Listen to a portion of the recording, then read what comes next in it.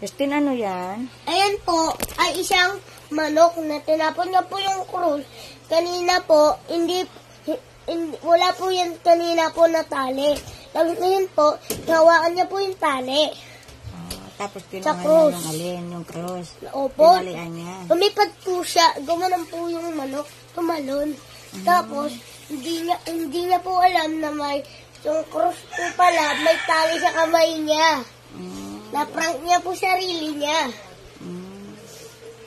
Galing naman.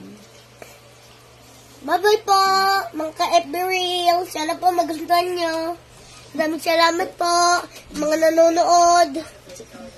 Ang galing. Paano po, mga bata, huwag niyo po bibitawan ang cruise. Kaya po, pag nabitawan niyo po yun, napapagalitan po kayo ni Papa Jesus. At kaya po, palagi po tayo mag-pray. Para po, para po, madami tayong blessing. At hindi po natin gagayahin tong manok na dinawin ko po. Pasaway po siya.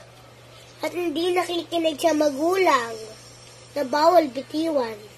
Thank you. Bye!